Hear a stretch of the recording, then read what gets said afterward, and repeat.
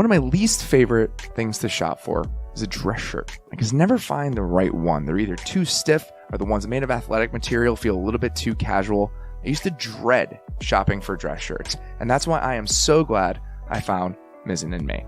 You've got to check out Mizzen in Maine. Mizzen in Maine was conceived when their founder saw a sweat-drenched DC staffer running into a meeting. Wrinkled, stained, exhausted, his shirt needed a refresh.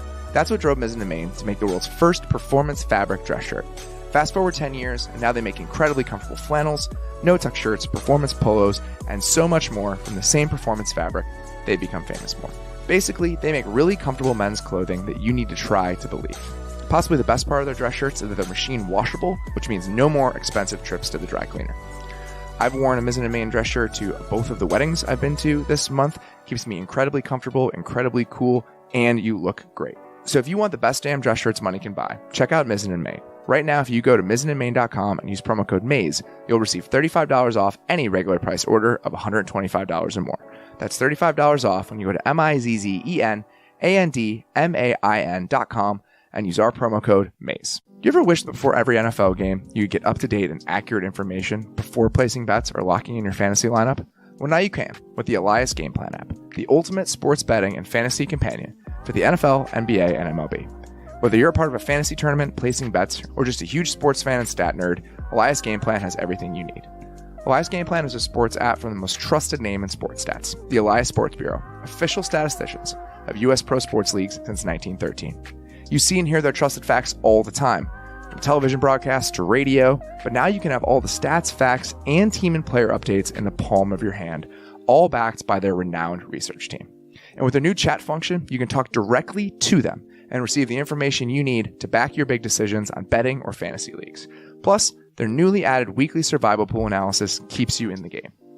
Take this NFL season to the next level and download the Elias Game Plan app today. Choose from 3 game plans when you subscribe: weekly, monthly, or annual. But I can get you $25 off your first month when you choose the monthly subscription. Just use my promo code MAZE25. Find Elias Game Plan sports betting in the App Store or Play Store today and use my promo code MAZE25. Reserve Bar is your online source for premium and luxury spirits, wine, and champagne. And now, Reserve Bar offers same-day delivery.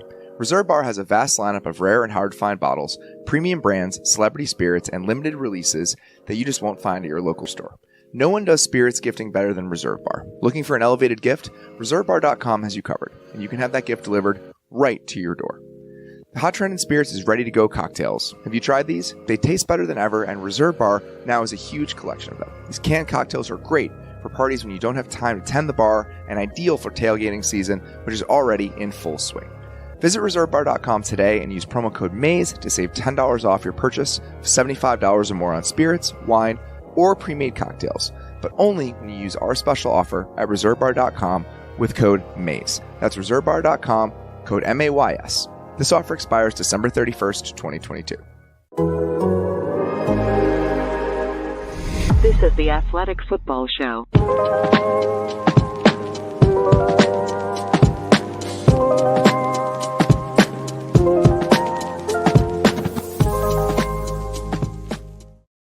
Welcome to the Athletic Football Show. I'm Robert Mays. Joining me tonight, it's my good friend Nate Tice. Nate, how you doing, buddy? I'm doing very well.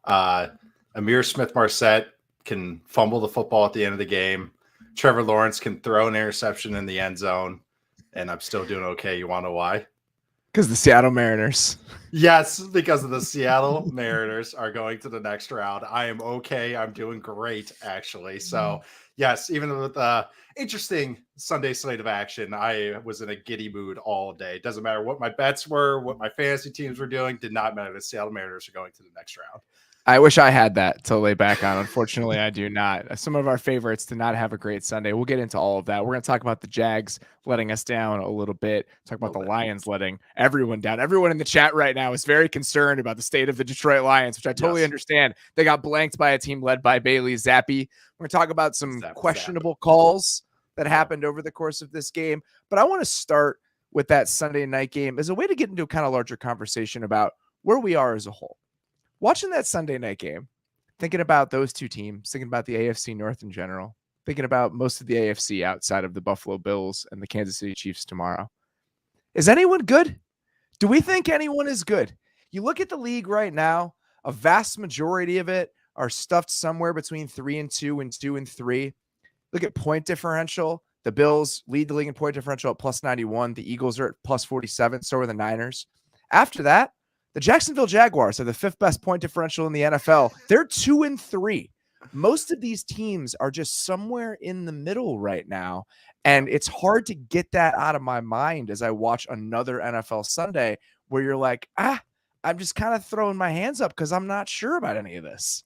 Well, that's what even like when we do our pick segment, we're looking at the spreads and I'm like, really? This team's getting 7. This team's getting 6.5. This team's getting 7.5 because so many of these games, it really just feels like, all right, who's a little bit healthier and who can get off to a better start and who can adjust, which is usually how the NFL is. But usually it's like, okay, that's about 10 teams in a league and it's more like 5, 6 good teams.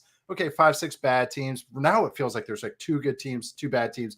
Everybody else is in the middle. So 28 teams feel about the same, or maybe 27, give or take. But that's how it feels. And I mean, tonight's game was a perfect example of it. It's just, if you don't get your chances, if you don't take advantage of your one chance, even with the Bengals kicking the extra point that was technically over the upright, like that's how it feels. Every game, it feels like it's coming down to one possession or one mistake. And that's one choice. And yes, it's any given Sunday, but usually that's 1 or 2 games, not all the games every single week. And now we're going to start hitting bye weeks, and that'll reset a lot of teams' seasons, I guess, and see who can really adjust and focus in on what works for them. But man, through 5 weeks, this feels tight. Everything just feels so tight where you can remember 1 or 2 plays where a team really botched it or took advantage of it.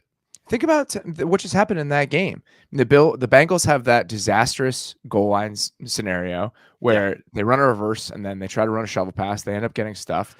The Ravens then have a 4th and 1 where if they go for it, they can put the game away. Instead, they kick a field goal. The Bengals come out, score a touchdown, take a 1-point lead.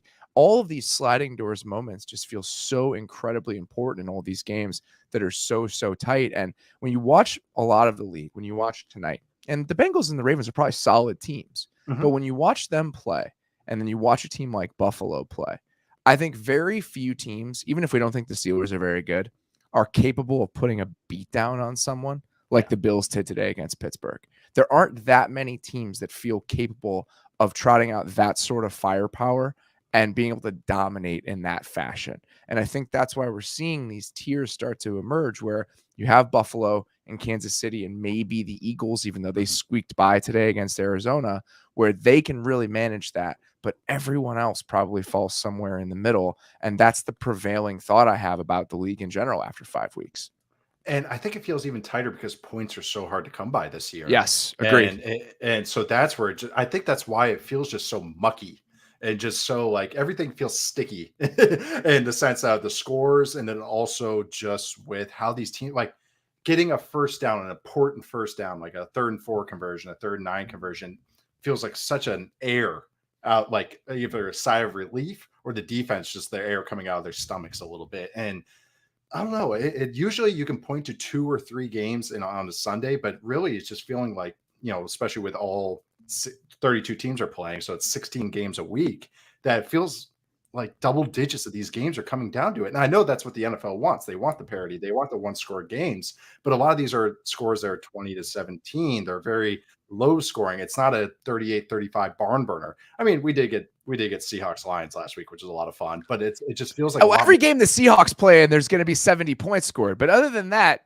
offense around the league tends to be depressed. I mean, you're looking at this game, you have Joe Burrow and an offense that people were excited about coming into the season. Joe Burrow was 19th in EPA per dropback tonight. Lamar Jackson was 27th.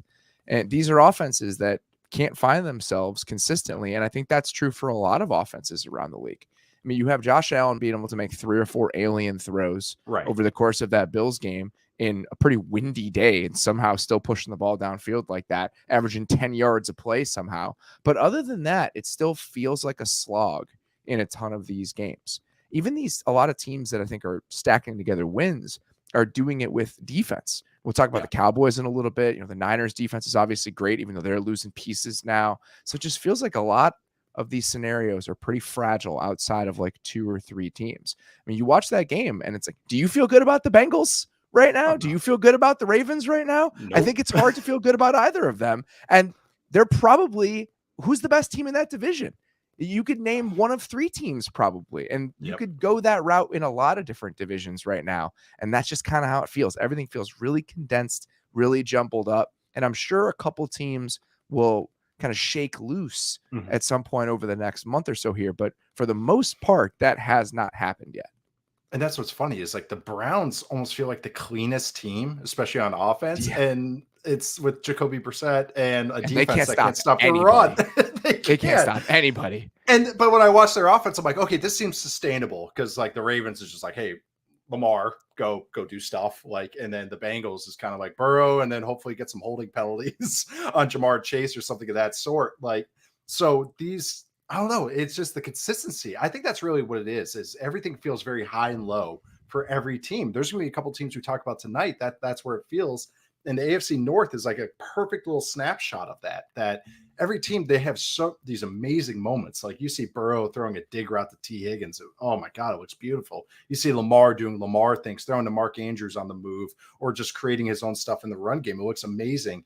And then you watch several 2, 3, 4 drives in a row. You're like, what was that? And that's crazy. There's so many teams that I watch that it's just not just offense, defense as well. You're like, what are you doing? And it could be injuries. It could be, but it also could just be, that's what the league is right now. It's just a lot of no one feels complete. And people are going to knock it on like, oh, okay, it's some training camp and not being in pads. We're in week 5. Like if this was week 2, week 3, maybe I'd say that, but we're in week 5. We should start seeing these kind of images start taking shape with these teams. And it still feels like a lot of teams are trying to find their way. Offense is more consistent than defense. We know that. Yep. When the league limits elite offense and when the league lacks elite offensive units, inconsistency is going to creep in.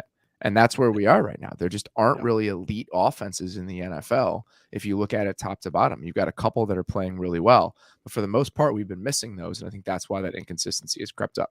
And I think it's going to keep being that way. You know, we've got some couple marquee games next weekend, but for the most part, it's really hard to rely on 1 or 2 teams week in and week out right now. And it's who with the 2 best teams that we're talking about right now, they have good defenses. Like the Chiefs defense is playing well. They're about mid-level DVOA right now, but it's really the quarterbacks are playing the best. It's Josh Allen, Mahomes. And okay, that yes, it's going to be a quarterback-driven league, but you see these other teams with good quarterbacks that are kind of up and down.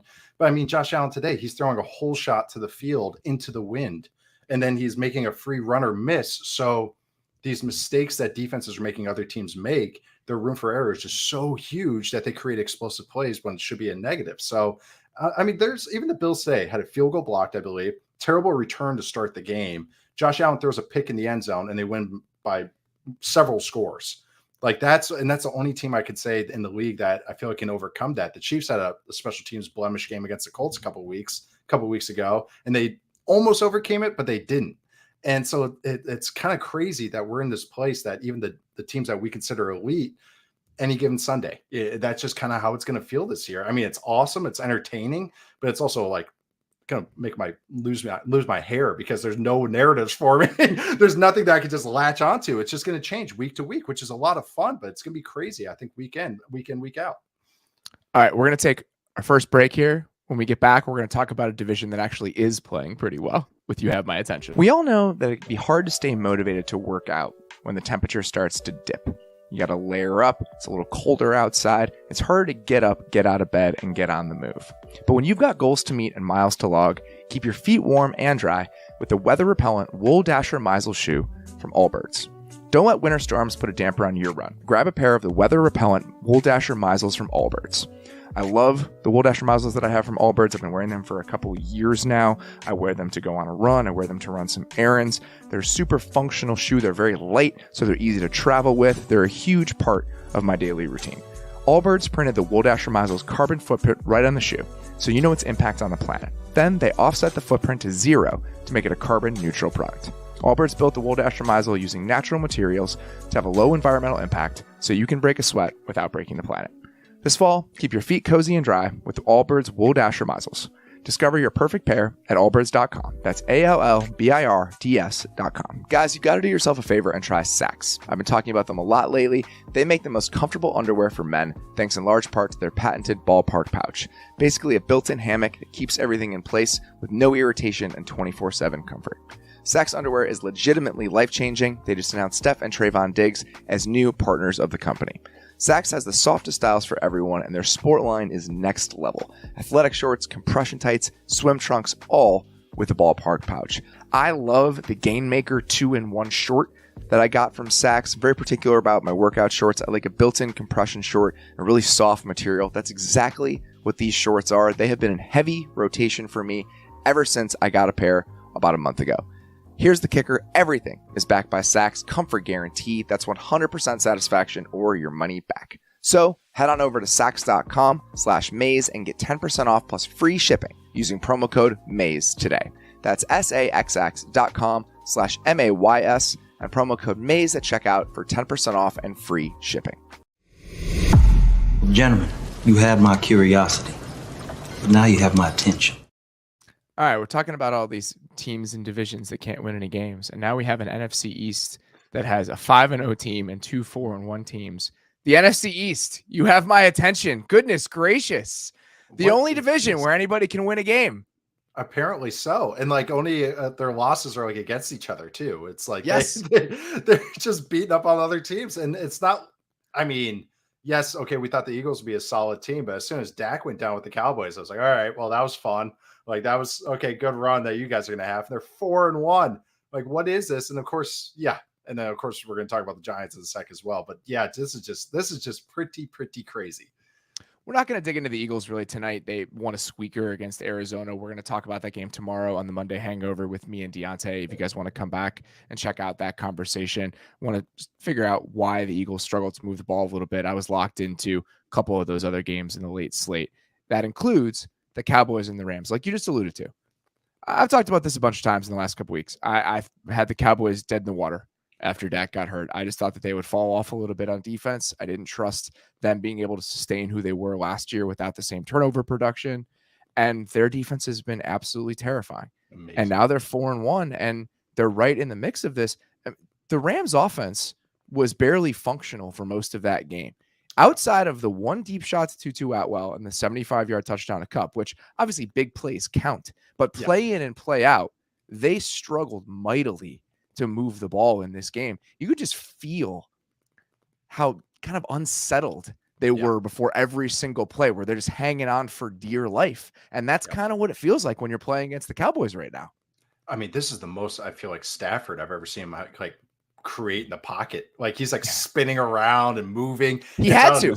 It's on necessity. Yeah. And honestly, Deontay crushed it on our Thursday pod and talking about why the Cowboys defense and like just the little schematic tweaks, like Dan Quinn's running a lot of cover 2 now and just understanding what his strength of the defense is. But it is so cool to watch this defense and just follow. Honestly, watching the Cowboys defense is like just follow where number 11 is. And that's where the creativity, it might not be the post snap stuff isn't as crazy. There's not a ton of exotic stuff, but where they put the guys is what pre-snap is the change up. And I think that's what's so cool is watching this Cowboys defense is just watch where Micah Parsons is. But man, this Rams offense, man, negative juice. I mean, they have no juice on this. They have to put Tutu Atwell in there to get anything to lift the top off the defense. That's the only way that they can push the ball down the field.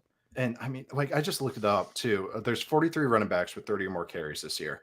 Cam Akers and Darrell Henderson are bottom 5 in adjusted yards after contact. They're not creating anything with the ball. So even when they do have a nice run game, and they're trying everything today. I mean, they were trying everything. The Rams were. I mean, even the play action game, they're trying to just window dress it as much as they could. But oh my God, it's just they can't hold up. It's Stafford, if he has to come off his first read, any quarterback that plays this Cowboys defense comes after the first read, you're playing with fire. It's Russian roulette. It's like, who's going to hold up? I have 5 guys that have to hold up against these freaks that are coming at me. And oh my God, all the games are coming at them, just everything they play, everything's so aggressive with this defense. And it's really, really fun to watch. But as a quarterback, I'm sure it's just terrifying. And that's how Stafford had to play today. Like all of a sudden, he had to throw like a diving catch to Allen Robinson. It's like, that's not how you want to create yards as an offense.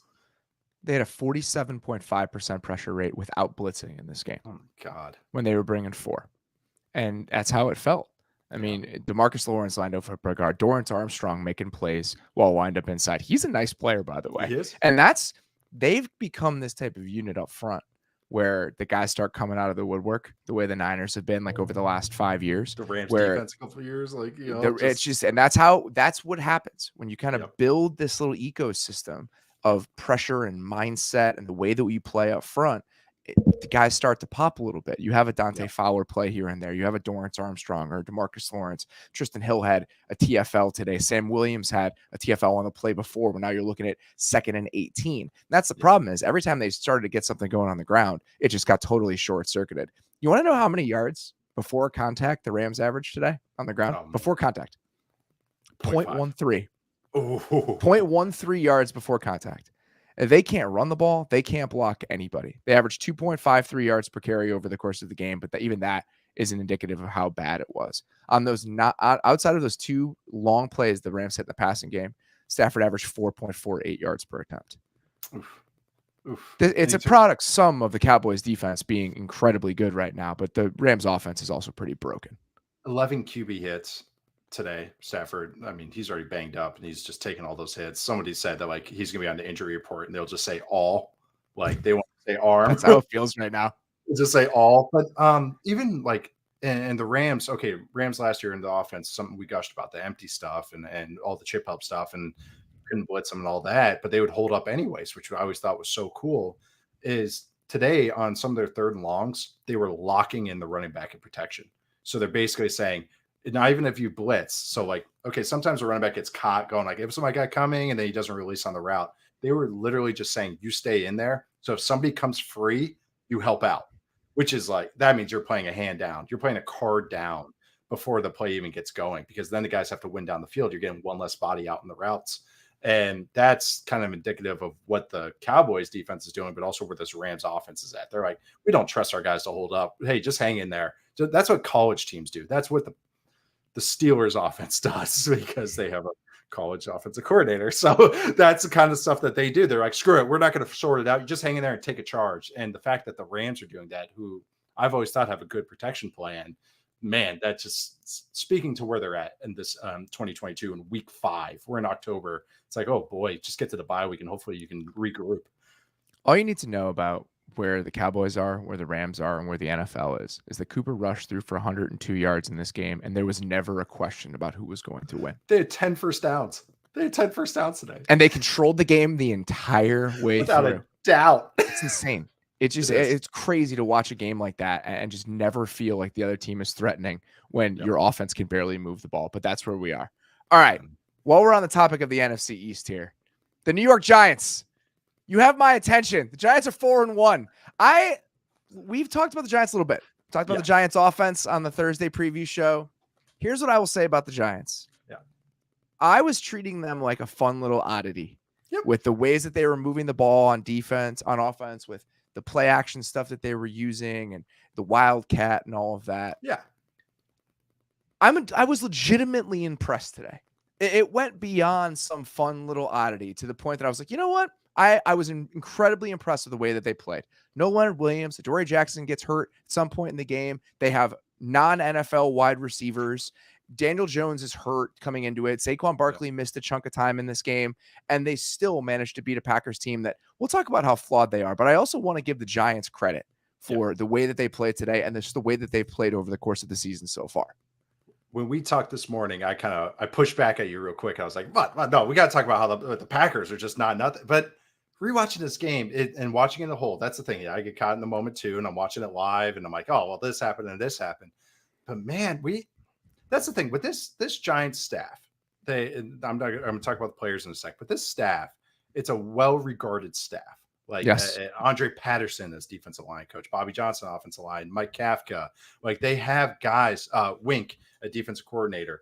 Like they have a lot of just sound minds with a lot of experience, but not gimmicky kind of guys that adapt their stuff. Maybe not Wink, who loves to run man coverage, but I will say about what kind of stuff that he tweaked today, but also just, I thought it was so cool that the head coach wanted to go, I'm not calling plays. It's my first year as a head coach. I'm going to let my offensive staff handle it, which that's a good sign. I know that sounds kind of just minor, but that's a big deal. The fact that he has the macro view to understand how an offensive team should be or a football team should be. But man, there's just a couple tweaks like that they did today. And I just want to break down the one play. And I actually might break this down for Wind the Clock, but not final yet. But this might be the one. So Saquon's big catch on the 2nd and 10. It's beautiful. I love it. I absolutely wanted to talk about this. Yes. So they're in pony personnel, which is 2 running backs, 2 true tailbacks, Saquon and Matt Breida. They run a concept I call Mariner, but it's really a drive type concept. So you have a crosser and then you have a guy sitting over the middle of the ball. So it's a classic West Coast concept. But the big thing is that's the personnel that they run their Wildcat in. And a lot of rundowns, like 2nd and 10, that's the personnel that they've been in Wildcat. And now they're shifting. Like they'll show like they're in like normal shotgun, then they shift Daniel Jones out and they shift into Wildcat. So now they're adding window dressing to their Wildcat stuff, which is hilarious. But when they're in this, the Packers match with their base 3-4 personnel, and because they're expecting run. Hey, they've been in this personnel. We're getting run plays. Boom, boom, boom. Nope. Saquon is a receiver on this play, and it's a simple play. It's a classic concept. But so now they have Saquon on the crosser. Quay Walker, who's going to be a good running back for good linebacker for the Packers, doesn't take Saquon coming across to his side. They don't pass it off correctly, and that's why he pops. And you can hear Campbell. You saw Campbell pointing. Go. He's like, "You got him. You got him." And what I was impressed by was the timing and the spacing. Yeah. Bellinger sitting where he does. Walker doesn't really have a choice. Nope. It's like you're playing with what is his instincts. It's like I have to be here. Yes, yep. It's the way that it was spaced out and timed out was perfect because you can understand he's supposed to pass it off, but Bellinger sits right in front of Walker, and it's really difficult to just not pay attention to that guy in that situation. So it was beautiful. I mean, they create a chunk out of nothing. Nothing. And I mean, that just speaks to them. I mean, just their offense. And we joked about on the Thursday show. It's a little bit gum and toothpicks where they're just like, hey, any means possible that we can get these yards. A lot of screens on 3rd down, bootlegs on base down. They do the under center run game really well. The QB draw game, like Daniel Jones I'm making the joke. I'm calling him Grond from Lord of the Rings, which is just the battering ram, just the wolf battering ram. That's what Daniel Jones is sometimes, but it works. Like, because they don't make it so. Like every time the Cardinals are in 2nd and extra long, they run a QB draw or running back draw stick. And it's almost like I could tell you as soon as a 3-by-1, 2nd and long, I could tell you this play is coming. You watch the Giants do these quarterback draw games, everything, it's a little tweak. It's a different formation, different motion on it. So they're just window dressing it enough so you can't just tee off on it. Oh, it's 3rd and 4. Here comes QB draw. That's why the Packers had to honor it. And that's just coaching. That just really is. It's design. And I want to give credit to their staff because they're making the most of what they have. And that's really fun to watch especially in a game like this. Daniel Jones made like 3 or 4 like real throws today. I mean, there was a couple. He was very good when blitzed today. Every single time they sent pressure after him, he was really, really good. I'm trying to find the numbers right now, but he was one of the best quarterbacks in the league when blitzed today.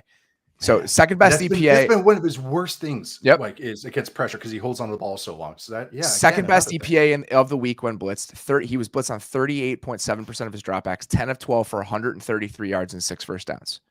He did a really good job. There was that one mesh play where he hit a strike to Slayton with pressure in his face. Right after that, he had another just bullet over the middle of the field off play action. He made like 4 or 5 throws, and the rest of their offense was built out of bootlegs and movement. And you can just see teams start to get affected by it. There was one play late in the game where he's rolling out on a bootleg and Campbell doesn't know what to do because he's like, I have to honor this. But then a crosser snuck in behind him and it's chunk gain for a first down.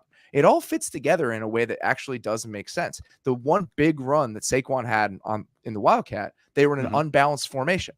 So they have so many bodies to the right side, then they run a little pin pull to the left because they have a numbers advantage. And then down near the goal line, they're in an unbalanced formation again, except they're running it the other way with a different run design. It's like it all is tied together. And what's cool to me is that when you watch this offense, it looks nothing like the Bills or the Chiefs look. Nope. And that's why I'm so encouraged about that. My takeaway here from the Bills, from the Giants side of this, the Giants could go 3-8 the rest of the season. They're super limited, right? With what this is going to have to be based on the receiving talent that they have. Their quarterback has his own limitations. There's a reason they didn't pick up his 5th-year option. But if I'm a Giants fan and I'm watching what they're doing right now, it makes me incredibly excited for what next year is going to look like. It reminds me of what it was like watching the Eagles last year, where it's like, all right, what are you going to do with this? You're showing an open-mindedness, a flexibility where it's like, this is how we have to win. Let's build it out of this. We're not coming from this one particular place. We're not taking a playbook from the place that we just left as the offensive coordinator, making a ton of copies of it and saying, this is what we're going to do here.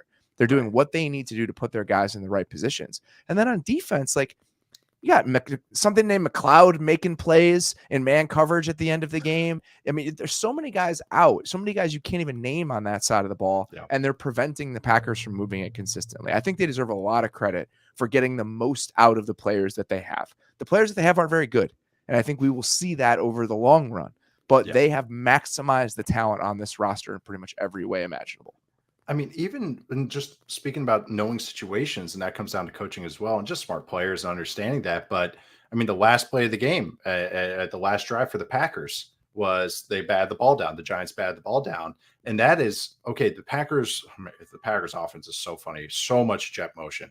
Oh my God. It's just every play has jet motion on it. Doesn't matter. There's no tell to it because there's a jet motion on every single play, but they're running so much quick game and so much get the ball out. And okay, they've been getting them all game with this, a lot of horizontal stuff, getting them quick game, especially down near the red zone, quick game. What does the Giants defensive line do? Get their hands up. Okay, we're not going to get to the run. Hey, it's 4th and 2. Hey, a lot of guys on those types of situations. My ears are pinned back. I want to make a big play and be the hero. No, those guys got their hands up and they got the batted ball down. And that just speaking to awareness. And that has to be probably pounded by Patterson, the defensive line coach, just going and wink the defensive coordinator and going like, hey, know the situation. So again, that just comes down to coaching. It's really cool. I want to talk about one more offensive play, and it was when they were backed up. It was a front side naked, which is kind of a oxymoron, but it's when you see actually a lot more right now. But so you'll see the quarterback kind of reverse pivot, he fakes it, and then the running back will run to the flat towards the side that the quarterback's booting to. So I think it was Breida was out to the flat on this one. It was the play right after Saquon got hurt. Yes. So they do a jet motion on it. And what was cool about this, it was the Vikings ran a similar look against the Packers in week 1, but it was in the red zone. And it was the one that Jefferson scored a touchdown on, but it was kind of, it was the same action, but it was Jefferson on the jet, kind of front side. I'm getting too much into it, but anyways, but they do the front side naked motion on this. But what they were attacking was the Packers' communication skills, especially their defensive backs. If you notice a theme here, there's so many times that the Giants took advantage of the Packers communicating. This was a perfect instance of it. They give the fake. Eric Stokes is going to Campbell and going like, hey, he's looking to pass it. But then all of a sudden they got the flat coming towards back towards him, but then they don't know how to pass it off because it's just that extra second of consternation. But again, it was a backed up situation rather than just going, oh, we're going to, remember last year, Joe Judge just taking a knee, basically, QB snaking backed up. No, they're attacking. They're going with a front side naked towards their defense, which I thought was awesome. But it was, again, now we're getting to week 5 and week 6 and week 7. Film is out there. That is your resume. So you start seeing what good coaching staffs, what tweaks they do about what other teams did against these defenses and offenses. And the Giants so far are showing that they know how to tweak their stuff, it's awesome. It really is. Yeah, and then on that same drive, they had a 3rd and 4, and they motioned Breida back into the backfield. They got a man zone tell, and then they hit Bellinger on just like right over the middle of the field, and just like little tiny things like that. The other thing, game management, them calling time, they didn't need it because they ended up stopping on 4th down. But calling a timeout with like 1 minute and 11 seconds left to make sure that, all right, we're going to give ourselves a little bit of time doing that. There was a play that didn't end up working out, but it was like a 3rd and 8. And they ran a quarterback draw on 3rd and 8 because they know they're going for it on 4th and anything less than 4. So just every decision fits together. And again, I think over time it's going to be a concern because of the lack of personnel that they have. But on top of Nick McLeod making a play today on the in-man coverage on Randall Cobb in a big moment, Fabian Moreau had that huge pass breakup against Alan Lazard in the 4th quarter. It's just these guys we've never heard of before. I will say the one guy I think in their secondary, McKinney, I think is going to be a good player, but Darnay Holmes seems like he's got some like real juice to him. That play where they broke it up on the second to last play of the game for Cobb, where it was tipped at the line of scrimmage, he actually had that. They were trying to pick on him in that moment, and I think he would have broken it up anyway. So he's somebody that watching him, it's like that guy might have something to him. But other than that, this is a secondary that will probably look vastly different next year than it does right now. So let's talk about the other side of this. We're impressed with what the Giants have done. This game leaves me pretty concerned about the state of the Packers offense and where this can go, because I don't know, this just feels like a passing game that lacks juice, lacks real talent out there. And I mean, you talked about it. I mean, Aaron Rodgers could not push the ball down the field today in any way. He was 4 of 11 on throws of more than 10 air yards. And that's what it feels like. It just feels like they can't find anything going in that area of the game right now.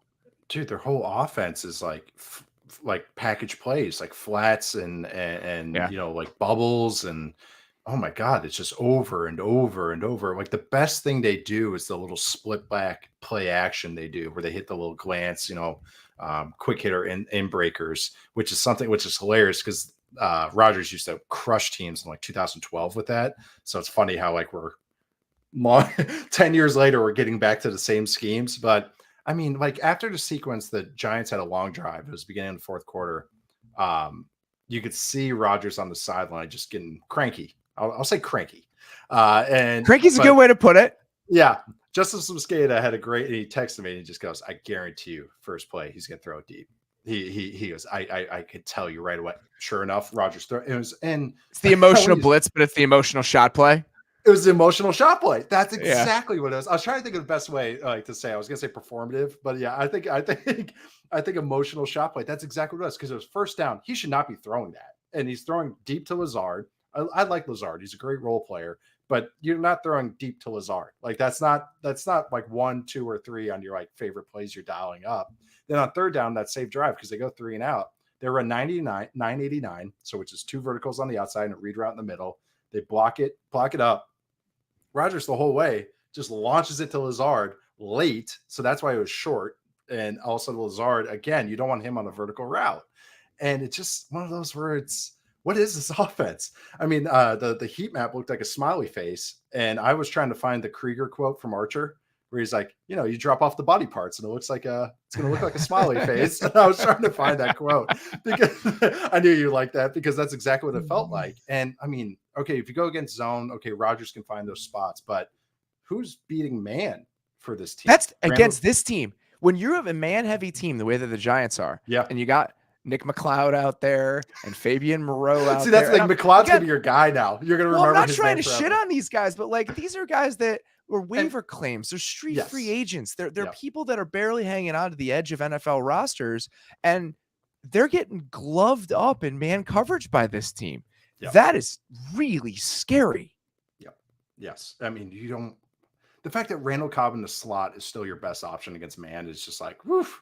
And then like Dobbs is doing flashing, but like that's all like vertical stuff. Like he's not a great route runner yet.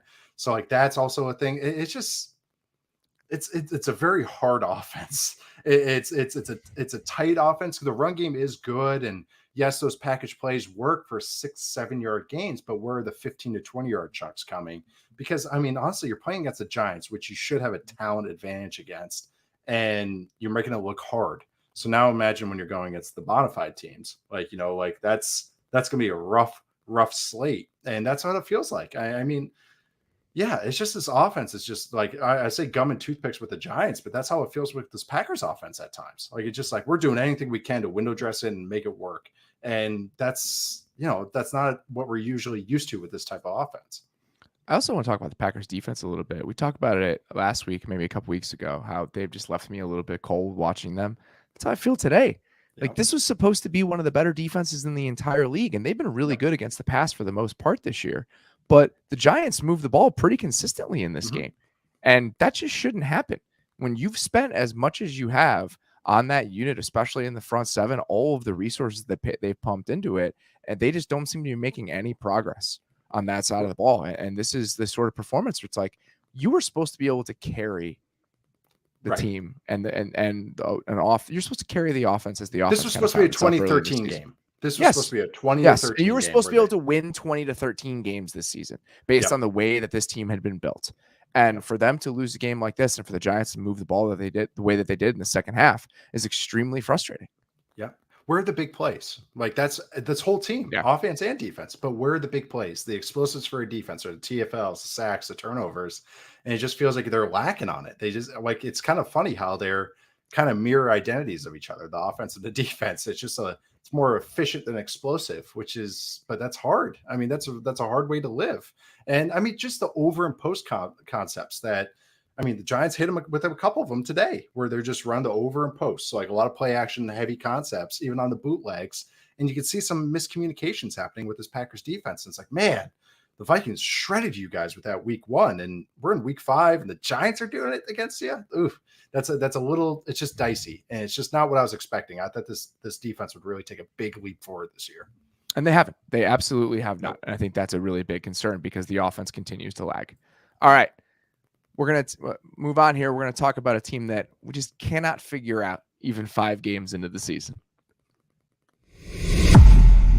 What are you? That's all you. It's Charlie from Always Sunny. I appreciate you throwing that out there because we're going to ask that about the Minnesota Vikings. Yeah. The Vikings are 4-1 right now. And even going back and rewatching that game today, I have no idea what the Vikings are. Are the Vikings good? No clue. They're good for like if you watch they have like the best 6 minutes of like anybody. Like they have a tight 10, like a stand-up comedian. Like they have a tight 10 that they could do every game, but I don't know if they could do a whole special. Like, I don't know if they can last an hour and a half, because there's some times where I'm like, man, this offense looks freaking awesome. Like their opening script looks awesome. They come out of the half, like against the Lions, and they adjust how their run game is going to go because like they realize that the Lions are double teaming Jefferson. So they do this, and this, and then like Cousins becomes Cousins, turns into a pumpkin, or just like it looks lethargic. A guy trips over himself. The O-line can't hold up. I have no idea. It's a long-winded way to say I have no idea, because at times their highs are really good, but at times it's like, oh boy, what are you guys doing over there? Watching their offense move the ball as consistently as it did. I think Cousins started the game 17 for 17 today. I expected to watch it and kind of be wowed, but he was 7th in EPA per dropback over the course of the day. I watched it and I expected to be wowed by some of the things that they were doing. They were really picking on Jalen Jones, the rookie free agent that the Bears had playing corner with Jalen Johnson out. Everywhere he was, they were picking on him. And he was just tons of cushion against Jefferson, just easy completions. Yeah. So you're watching that, it's like, okay, like there's nothing really special going on here where it's like, all right, against better teams, this is going to work. So I wasn't that impressed with what they did offensively, because that was the majority of the game plan. And then you have that one Kirk Cousins moment, and with that pick, which is very well played by Vildor. He's reading that perfectly. I mean, it's just because he's sitting there, and I think he's in cover 2, and it's Ham going to the flat. And so Cousins wants the deeper shot, and Vildor is just playing right in between them. If he had taken the flat, it was wide open. He absolutely could have had it. And he forces it, and it's not there. So you have that. And it's just, you watch him, it's like, I just don't know how consistently great they're going to be offensively, because the quarterback is just meh. He's always going to be meh. That's like what he is. And the offensive line had some pretty weird moments today. Like Trevis Gibson got the most of Brian O'Neill 2 or 3 times in this game. So they have a little bit of inconsistency up there, and the quarterback play is always going to be somewhere around the middle. And I just don't know what to make of them. I agree. It's funny, like even in this game, like when the picture, we laugh about it. Like that's why coaches love Kirk Cousins, because on the board, he's amazing. And he's going to tell you, he knows exactly what every read is. He knows exactly what this, and this is 1 to 2 to 3. But like even in this game, and the Bears aren't a team that's very exotic on defense. They're more, you don't like, say. Hey, let's set it and forget it. I was trying to be nice, but you could see a couple snaps. Like there was a 3rd and 4 in the second quarter. And I believe the Vikings were like in a 4-by-1 look, or an overloaded look. And the Bears showed 2-man. And then right at the snap, they went back into a Tampa 2. So like they're showing man, and then the guy screams. And so basically it goes from a man coverage to a zone coverage, but same backward shell. Cousins literally freezes. He just sits there and just like, he doesn't look anywhere. And I'm really curious to watch it from the end zone view, like going back and watching this game, because he just sits there and freezes, and they get a sack. It's a stunt. Hilarious. Yeah, that was one of those. That was one of those O'Neill plays where it's just like Jones comes around on the TE and he just lets him go, and it's like, man, what is happening here? And that's the thing. They have these highs that are just so pretty. Like there's some of the red zone designs I wrote about in my article. It was really cool, and I was talking about how tendencies start to show up, and the Vikings, especially in the low red zone, are really cool when they face man coverage teams on how to pop guys open, either Jefferson on a jet sweep or Thielen against the Lions, and they have Jefferson on a motion and Thielen pops open on the other side because of miscommunication. But then they have other plays where it's just like, what was that? And especially, and sometimes it's Cousins induced. Like there's another one, the one where the ball gets knocked down on a 3rd and 10, like the ball just digs into the ground. Cousins freezes on that one because they show single high and they rotate back to cover 2. None of that's crazy, but the fact that the offensive line and the quarterback, which are as amazing as Justin Jefferson is, that's the battery. Like that's how you're going to get your plays and your pretty plays going. Oh, it's just like, it's like the fact that they can't handle that. It was just an easy shift from cover 3 to cover 2, and they freak out. Like they're like, what is this?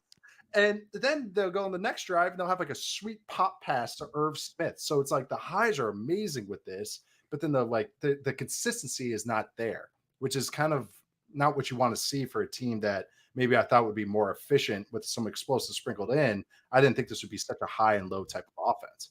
They're 13th in EPA per play so far on offense through 5 games. Cousins is 18th in dropback EPA.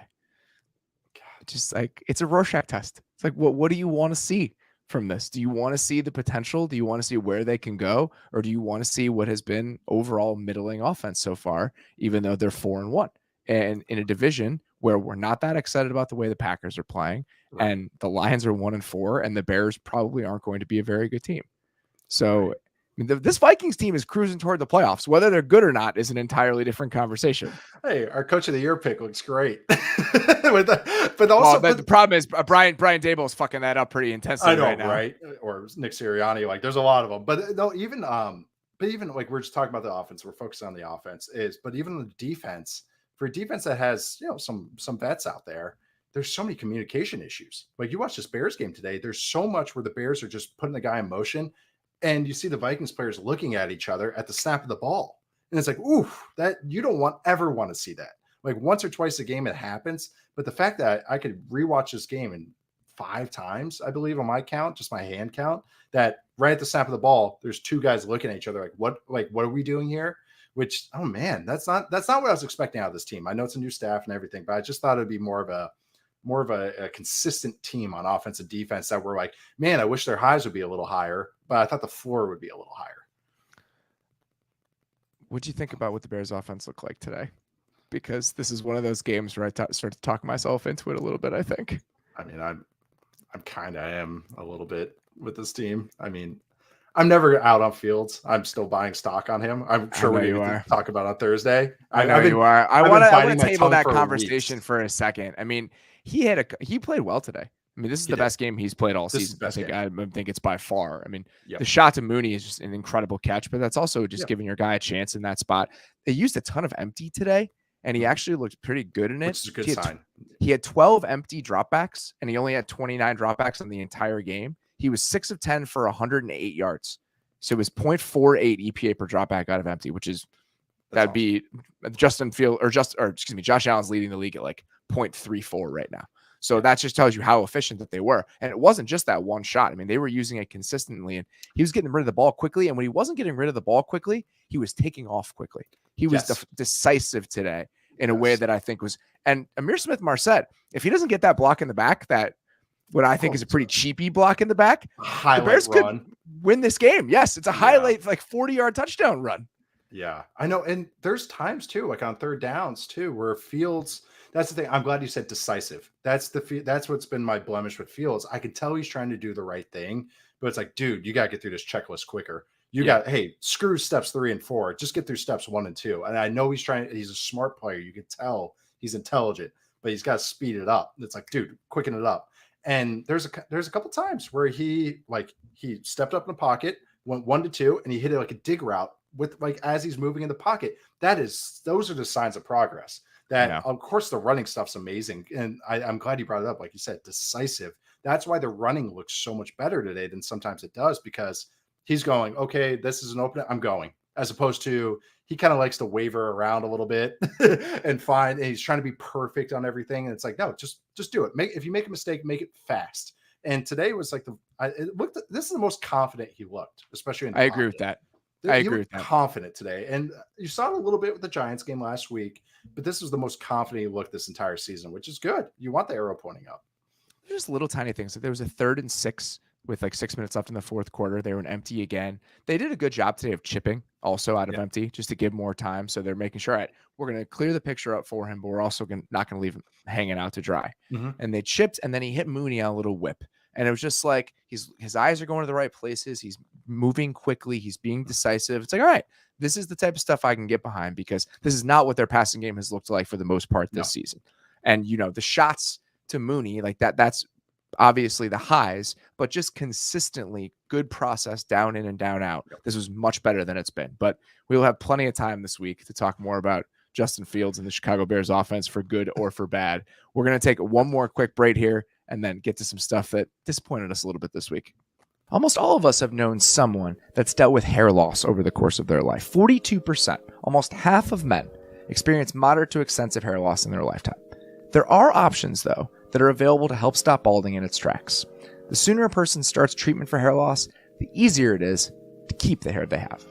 Roman offers clinically proven medication to help treat hair loss, all from the comfort and privacy of your home. Roman offers both prescription medication and over-the-counter treatments. They also offer specially formulated shampoos and conditioners with ingredients that fortify and moisturize hair to look fuller. Research shows that about 80% of men who use prescription hair loss treatment had no further hair loss after 2 years. Research also shows that men who use hair loss treatments feel better about their overall appearance. Getting started is simple. Just complete a free online visit, and then a U.S. licensed healthcare professional will work with you to find the best treatment plan. If medication is appropriate, Roman ships it directly to you in discreet packaging with free 2-day shipping. The whole process is straightforward and discreet. Treatment starts at $20 per month on a quarterly plan. Right now, Roman has a special offer for our listeners. Use this link to get 20% off your first order. Just go to GetRoman.com/maze today. That's GetRoman.com/MAYS for 20% off. I've had a beard for most of my adult life. I can't actually remember the last time I shaved my face. My beard is a huge part of who I am, and I try to keep it kept. I try to keep it healthy, and that's why Beard Club is a huge help. Having a great beard requires work. Whether it's beard growth oils, styling products, or a top-of-the-line trimmer, there's a small army of products required to grow your best beard. Luckily, Beard Club is here to help. As the leader in beard-first men's growth and grooming, Beard Club delivers quality hardware and consumables that'll help you get a better, thicker, and fuller-looking beard. I love the beard balm that they sent me, the beard oil that they've sent me. I'm using them consistently all the time. Head to beardclub.com/maze, take the beard quiz, and use code MAZE at checkout. They'll recommend the best beard kit that's tailored to fit your needs. No matter what type of beard you have, Beard Club has the perfect kit to fit your needs. Beard Club, over 2 million beards served. Grow your best beard today and take 20% off your first order when you go to beardclub.com/maze and use code MAZE. That's beardclub.com/maze, code MAYS for 20% off your first order.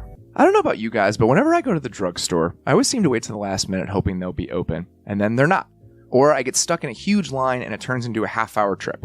That's why I love Amazon Pharmacy. Yes, that Amazon. Amazon Pharmacy delivers a better pharmacy experience that delivers directly to your door and works with most insurance plans.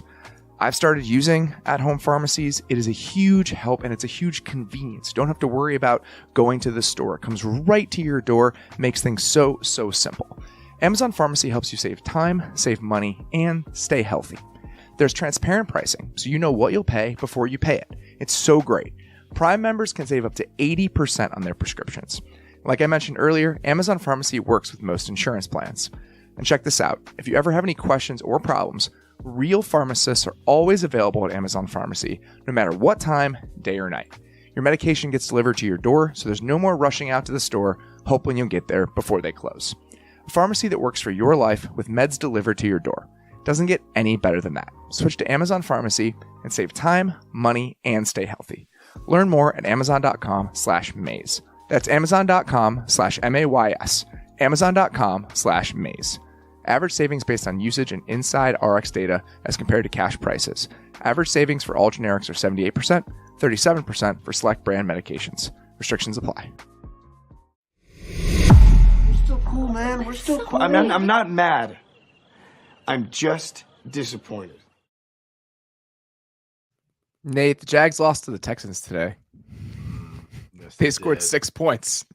Yes, they How you did. feeling right now? A little iffy, a little dicey. Yeah, that was not a lot of fun. 5 drops from the Jags. That was not a lot. There's a stupid 3rd and 20 penalty. 4th and 1 was 0 push. And my guy Trevor Lawrence decides to throw a pick in the end zone when it's 2nd and 1 in the red zone where he could just walked it for a first down. So yeah, just feeling. I couldn't believe this team that I thought would be fairly well coached was kind of kicked themselves in the nuts a little bit.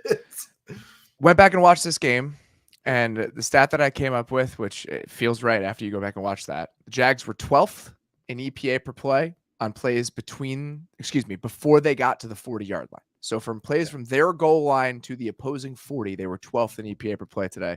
They were 27th in EPA per play on plays inside the Houston 40-yard line. I mean, they dominated this game in terms of moving the ball. I mean, consistently. The Texans' best play in this game was a shot to Nico Collins down the left sideline and then one crazy Dameon Pierce run. They did not move the ball that consistently. The Jags did. They just short-circuited every single time they got inside the 40. So I don't know if this is cause for concern necessarily with Jacksonville. I just think this is one of those games where you shoot yourself in the foot every single time you get something going on offense. And those games are going to happen every once in a while, but it's undeniably frustrating, especially because they have a window here. Like if no one else is good, this is a team I think that has a chance to be pretty good. And these sorts of games, it's like, man, that is just brutal. They outgained the Texans 422 to 248 in this game. They averaged 5.8 yards per play to 4.4 for Houston. And still, they just come away empty. And it's a rough one. That is rough to stomach. It was. And like you watch it, God, this was like watching Trevor Roll last year. You watch it, there's so many just brilliant throws, and he's like, oh, yeah, that's great. That's great. And then he just has a couple blemishes. God, he is like Matt Ryan. He had a couple weird choices today. He's like Matt Ryan in so many ways. It's actually not even, it's getting funny. It's like comical how much they are like, how they just have those couple weird plays. Like, but this offense, though, and if you look at the heat chart and just how it is, and I tweeted this, it's an offense that's built off long twos. It's a lot over the intermediate parts of the field. And I get that. Lovey and the Texas defense did a lot more cover 2. Lovey's kind of mixed it up a little bit this year, but a lot more cover 2 this week.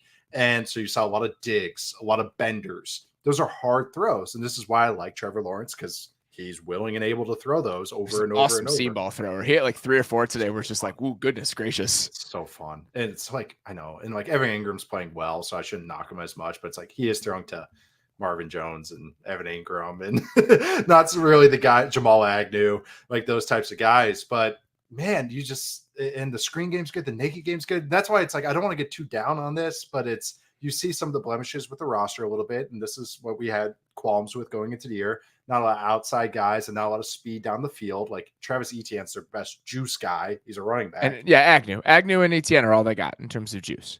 And because the way they use Kirk, that's just not how they use him. Right. And so it kind of takes it away from him being in that role. But I mean, you look at it like the first time late in the first quarter when they were down near the goal line, he has James Robinson wide open in the flat on that play. And somehow, for whatever reason, he goes back over to the middle of the field. There was another on the 4th down where they tried to have Kirk working against Desmond King. Zay Jones is wide open if he just lets that develop. So there were 3 or 4 of those. And then just a mind-boggling decision on the Stingley interception. It's like, just chuck it out at the back of the end zone, my man. Like, just live to play another down. You don't have to do that. And I think that it's just a reminder that even if in the grand scheme of things, there aren't a lot of great teams, they're going to be competitive every single week and they could win the AFC North. This is still a second-year quarterback who didn't always play great last year. They don't have a ton of offensive weaponry. Jawan Taylor had a really rough holding call that torpedoed a drive. Like, they still have a lot of flaws, even if they had some really nice moments over the first month of the season. He hides some blemishes, but there's still a lot there.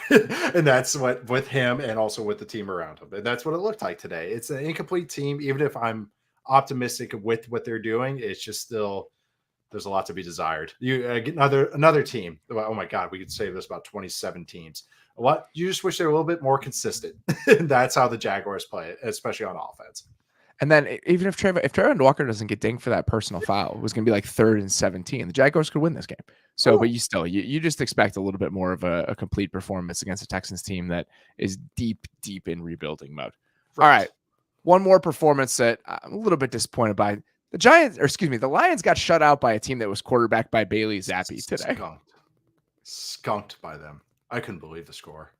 It was insane. The Lions had 6 drives in this game that at one point got inside the Patriots' 35-yard line, and they scored 0 points. Some of that is because it was in the 4th quarter and they're down by 3 or 4 scores already. They're going for it on 4th down. But they had drives early on where they're going for it on 4th down, or that was the fumble that got returned for a touchdown. It's like, what is happening right now? The offense, some rough moments, the Goff interception. I mean, I think offensively, you got outplayed up front, which is like a concern, and it's pretty surprising. They got beat up a little bit. I mean, Judon had some really nice moments against Taylor Decker. Josh Uche had a couple of really nice moments in this game, a couple of really nice pass rush moments. Jack Jones, I think, is turning into a pretty nice player. He had the pick last week, and then the pick that he had down near the pylon in this game was a beautiful play. So credit to the Patriots defense on that side. I'm most worried about a Lions offense that allowed Bailey Zappi to consistently move the ball. They could not pressure him. They could not pressure him this entire game. They had 3 pressures total over the course of the game. And Aiden Hutchinson's playing. Aleem McNeil is back, and they cannot get after anybody up front. They are dead last in defensive EPA. And even if we've talked about the lack of resources they've spent on that side of the ball, I mean, even if we have some good feelings about the Lions offense, they're now 1-4 and they have the worst defense in the NFL. Yeah. And it's funny. It's so funny. Like both of these teams we talked about so far, the Jaguars. Oh, there goes Nate. He'll be back a little bit.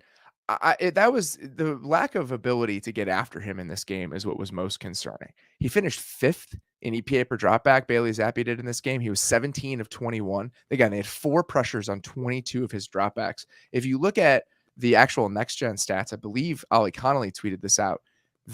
No Lions defender had an average of less than 4 yards of separation between them and Bailey Zappi over the course of this game. And the Patriots offensive line is fine, but that just can't happen. No, and for them to move the ball as consistently through the air as they did with a backup quarterback, a backup quarterback in there, it's pretty concerning if you're Detroit. Yeah, and you just want to see the signs of life. I mean, that's the thing. Is like we know the defense is their weak point, but it's also like just the difference too. It's like even when you watch, I know this is not fair to Jared Goff. I'm going to talk about the offense real quick. Is Jared Goff had a play. It was a 3rd down. It was the first 3rd down in the game. It's man coverage. He breaks contain, and he's trying to outrace the DB who's on the opposite side of the field to the marker. And then you remember, oh yeah, that's Jared Goff. That's not Josh Allen, Mahomes, Herbert. Yes. These guys, and you're like, that's the difference right there. That he didn't punish you all the way, and then they go for a 4th down. They don't get it, and so he catches up to him. Of course, he has the interception as well. But man, God, it's like the run game can be pretty, but that's the thing. It wasn't. That's what they've been lifted by this entire year, because you're not going to live and die by Goff, and you're not going to live and die by your defense. And the fact that was getting beat up, it's like that's where you see a performance where you get skunked in. And this defense too, like even in the run game, it's okay. Finding a lot of DBs is hard, and playing good pass coverage is pretty hard, as well as finding a good pass rush. But usually hopefully you have one that's a sign of life. But how many times you saw like Stevenson for the Patriots breaking like 5 tackles, like as he burst through the line? It's like, oh man, you guys are supposed to be kind of, even if you're not very talented on defense, you're supposed to be hard nosed and kind of fundamentally sound.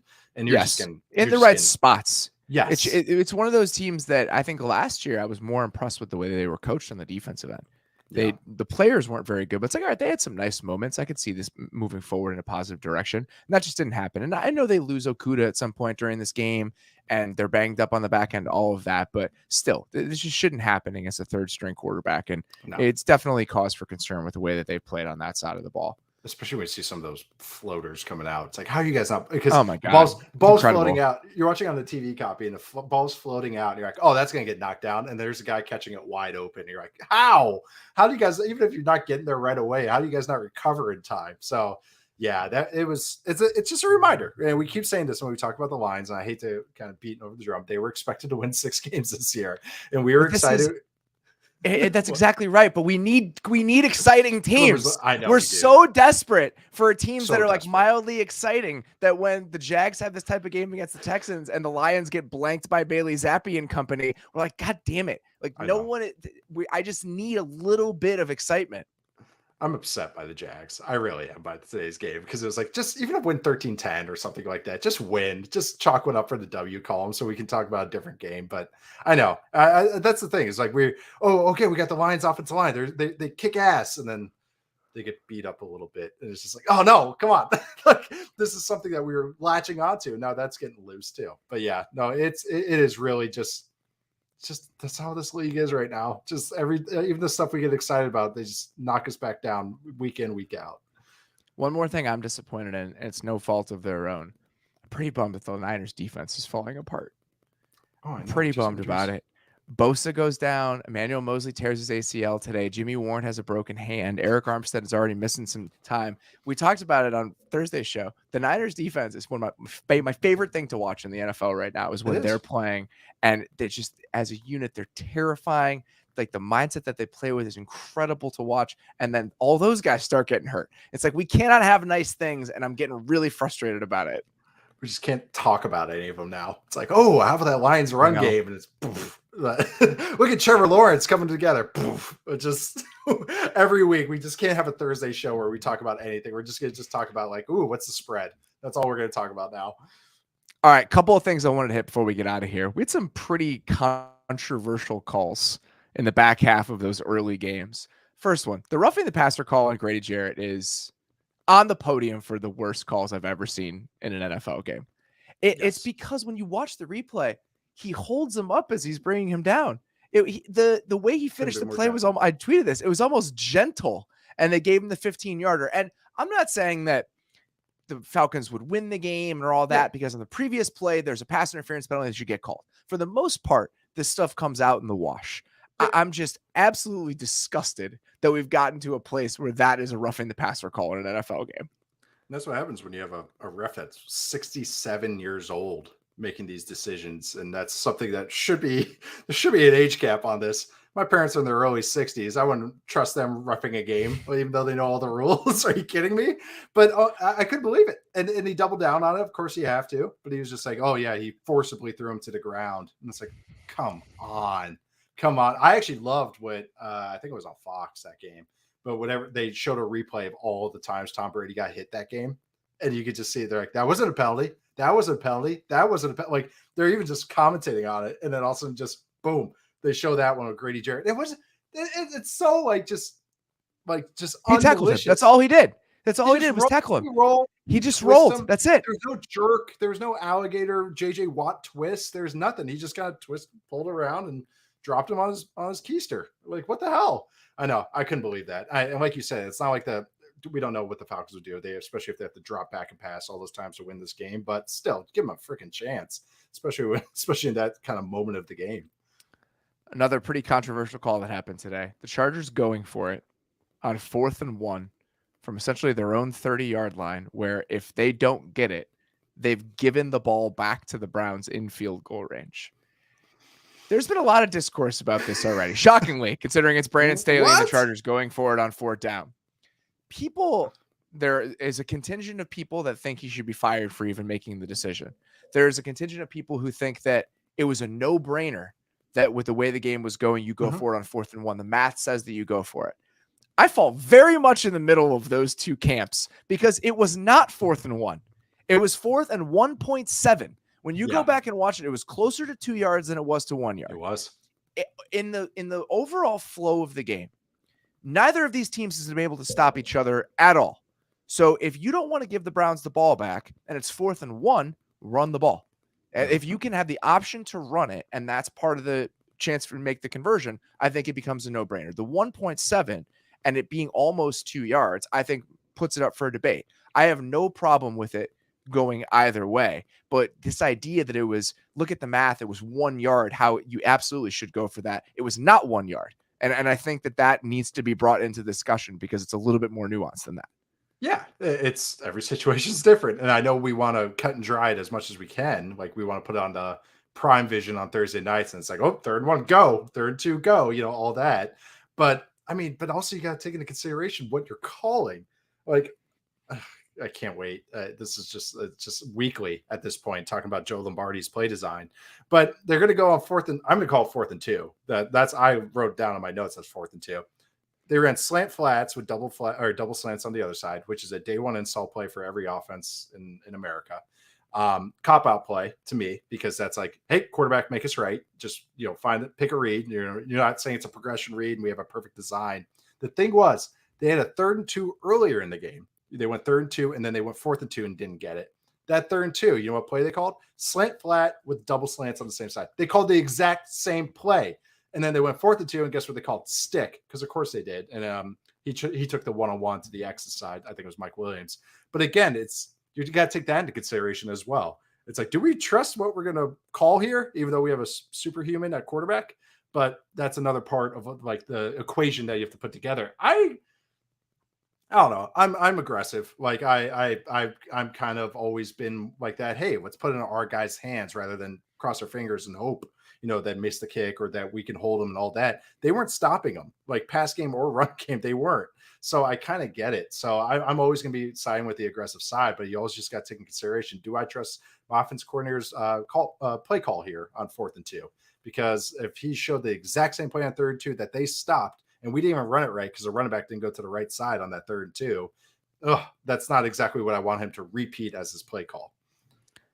That's a situation where typically I'm always down to go for it. And I'm always supportive of making the aggressive call in that moment. When they went for it, I was like, I think I just would have punted it. Because if you don't get it, you almost lose the game. If you don't get it, they have a chance. They get the ball in field goal range. Ultimately, it didn't work out. And I think that, I totally understand him wanting to go for it. That's just one of those where, like, in my gut, I was like, I can't believe they're going for this. Because if you don't get it, the game is probably over. And then it wasn't.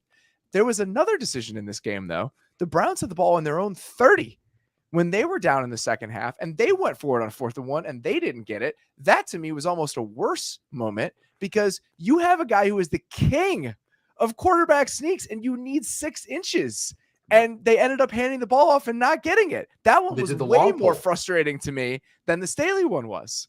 No, that's a great call with the sneak stuff too, because they have Batonio on the long pull, which is a great play. I like it. It's one of their best plays, but now on 4th and 1, pulling people a lot more can go wrong, because especially in short yardage, because a lot of stuff happens fast, and one guy doesn't step down, as we saw in this play. So like that was kind of another thing. You got to take plays and what we're calling in these situations. Do we really love this play? Is this like, man, we're getting this one every week? So when you're breaking down short yardage every week, somebody's in charge of it, and you put together a menu, usually 3-5 plays, a couple of runs, a couple of passes. And then you kind of know, like, I don't really like our short yardage plan. Like when you play the Patriots, goal line was really tough and short yardage was really tough. And you're like, man, I don't really like our short yardage menu. Hopefully we can get more 3rd and mediums or get the first downs and second down, then have to face these short yardage. So you kind of know. So if it's like, man, I know this is a 90%er. We love this play because they're going to do this, this, and this. Okay, you kind of know. But that's another thing they have to take in consideration when you call these plays. And I don't know, having a long pulling power play was not my favorite on 4th and 1. Where are you at on both of these teams? Oh my God, this is a wild game. Some of the numbers in this game are absolutely insane. The Chargers in this game generated 10.1 EPA on the ground. 10.1. For some context, there were only 2 teams that had generated that much EPA total on the ground in the first 4 games of the year. They did it in one game against this Browns team. And these 2 teams combined for 451 yards on the ground. Between them, they averaged 6.9 yards per carry. I don't know what to make of either of these teams, because the Browns, I think, are really well coached, and the design on offense is really, really good. They are consistently moving the ball against everybody they play. Their defense is not good. And I thought that their defense would be good. They had guys back today. Clowney was back today. Garrett was back today. They're getting run on left and right. They traded for Deion Jones after this game ended, because apparently they need some help in the middle of their defense. The Browns are 26th in EPA per play on defense this season, with all of the guys they have on that side of the ball. They're just such a strange version of this team. I just never imagined that they would be a borderline top 5 offense over the first 5 weeks, and they wouldn't be able to stop anybody. And the Chargers, we've talked so much about their highs and lows and why we're both simultaneously frustrated and excited about them. I mean, I think both of these teams are going to be competitive over the course of the year, but going back to the way we started the show where everyone has these flaws that are impossible to get out of your mind, that's how it feels with both of these right now. Yeah. Like the Browns are light in the pants on purpose, like on defense. Like they want to, they're kind of a speed first defense. That's what they want to build. But at least cover somebody. Like if you're built that way, and I get it being a modern defense, hey, let's stop the pass first, and okay, we'll eat, get kicked in the teeth a couple times in a run game. But you got to have some strength on your defense. It just seems to me that's like, okay, we're not covering anybody. There's so many open players in this passing game. And it's not like the Chargers have really been setting the world on fire on offense. I mean, they have, but they haven't. It's like we're frustrated and excited at the same time with them. But then you see this run game. We kind of figured that the run game would be a little dicey, especially after that Falcons game last week. But like you said, Garrett and Clowney are back. So at least we're the big plays on your defense. And it's just weird. I don't know. They're just very disappointing, especially on the defensive side, as much as I like what they're doing on offense. Even with Jacoby Brissett at quarterback, they're doing nice things on offense. So it's like, okay, this defense will be at least league average, but they're not. They're not really doing much. And that's kind of weird. That's very weird. And Chargers, we've spilled enough digital verbal ink on with the Chargers. But both of these teams, I feel like, could beat anybody any given week. Because of the way that their offenses can play, even if we're seriously concerned. They sum up the season perfectly. Yes, they have this game and these teams. I totally agree. A lot of cool parts and then a lot of blemishes that it's hard to look past. All right, we're gonna talk about some guys that we noticed today, and then we're gonna get out of here. Can you see me now? Can you see me now? Very quickly. We're going to talk about this game in depth tomorrow on the Monday Hangover with me and Deontay. I want to talk about the Jets rookies as guys that we saw them in this game. Breece Hall had a huge game. Sauce Gardner had a pick. I want to go back and really dig into that. I kind of mentally checked out when Skylar Thompson went into that game. It's like backup quarterback, but it was impossible not to catch some of those really nice moments from those guys in the Jets. So I want to dig into that tomorrow and really chat about where the Jets are and who's playing well for them. But just even at first glance, those guys stood out to me today. Yeah, it was kind of a funny thing that Sauce Gardner and Derek Stingley both got picks today, interceptions today, because, man, they're both good as rookies, which is insane. We've talked about on this show when somebody's just showing signs of life at corner as a rookie, it's a good sign. These guys haven't even hit their bye week, and they already look like good starters. Sauce rocks. Like, he is a fun player. Like, he is. His nickname's Sauce. Like, so he's gonna have some swagger to him, and he plays like that. He's not only long, he's super tough. I mean, the hit on Teddy, like, that's how he plays. He's a very competitive dude. Week 1 against the Ravens, there was a cool play where he communicates kind of like a theme of this pod is talking about DB communication and defensive communication. Watching a rookie corner in his first game, telling vets how to pass this off in the middle of the play. And it was a play in the red zone. He knocks the ball away. Awesome. That was week 1 as a starter in the NFL as a corner, which is ridiculous. And then he's going one-on-one a couple of weeks later against Jamar Chase and T. Higgins, and more than holding his own, winning one-on-one battles, extended plays, go balls. He's awesome. He's such a cool player. I really like Breece Hall. He was my running back 1 coming into this class, Iowa State. Really smooth runner. And this was the first game I could really see him. He's always under control, but another player that was more decisive. We're talking about Justin Fields. Same thing with Breece Hall. This was the first one I could see him really plant his foot, and he's like, screw it, I'm getting north, which is good. And him and Michael Carter is such a fun pairing. Really like both of those backs. So really cool to see both of those guys, and haven't even talked about Garrett Wilson, who does a lot of fun stuff with the ball in his hands. Yeah, I'll be excited to dig into that game tomorrow. We'll talk about that with Deontay. We'll talk about, I think, 3 other games tomorrow. We didn't hit Titans and Washington at all today. We'll chat about that. Seahawks and the Saints. We'll chat about that game. So a lot of stuff to do on the Monday Hangover with me and Deontay. In the meantime, if you guys could subscribe to the YouTube channel, if you're watching this, you could easily do that. If you are listening to the show over the course of the week, the YouTube link should be in the description of the podcast. You can go click on that.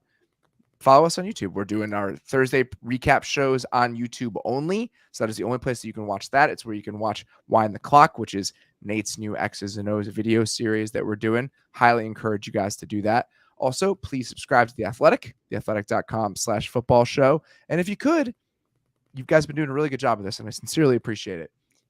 If you like the show, go leave us a review on Apple Podcasts. Go tell us you like the show. It would mean a lot. It does really help us out. So please do that. I would really appreciate it. Really appreciate you guys listening, spending the time with us tonight. We'll be back with Deontay at 3:30 p.m. Eastern on Monday. Until then, appreciate you guys listening. We'll talk to you soon.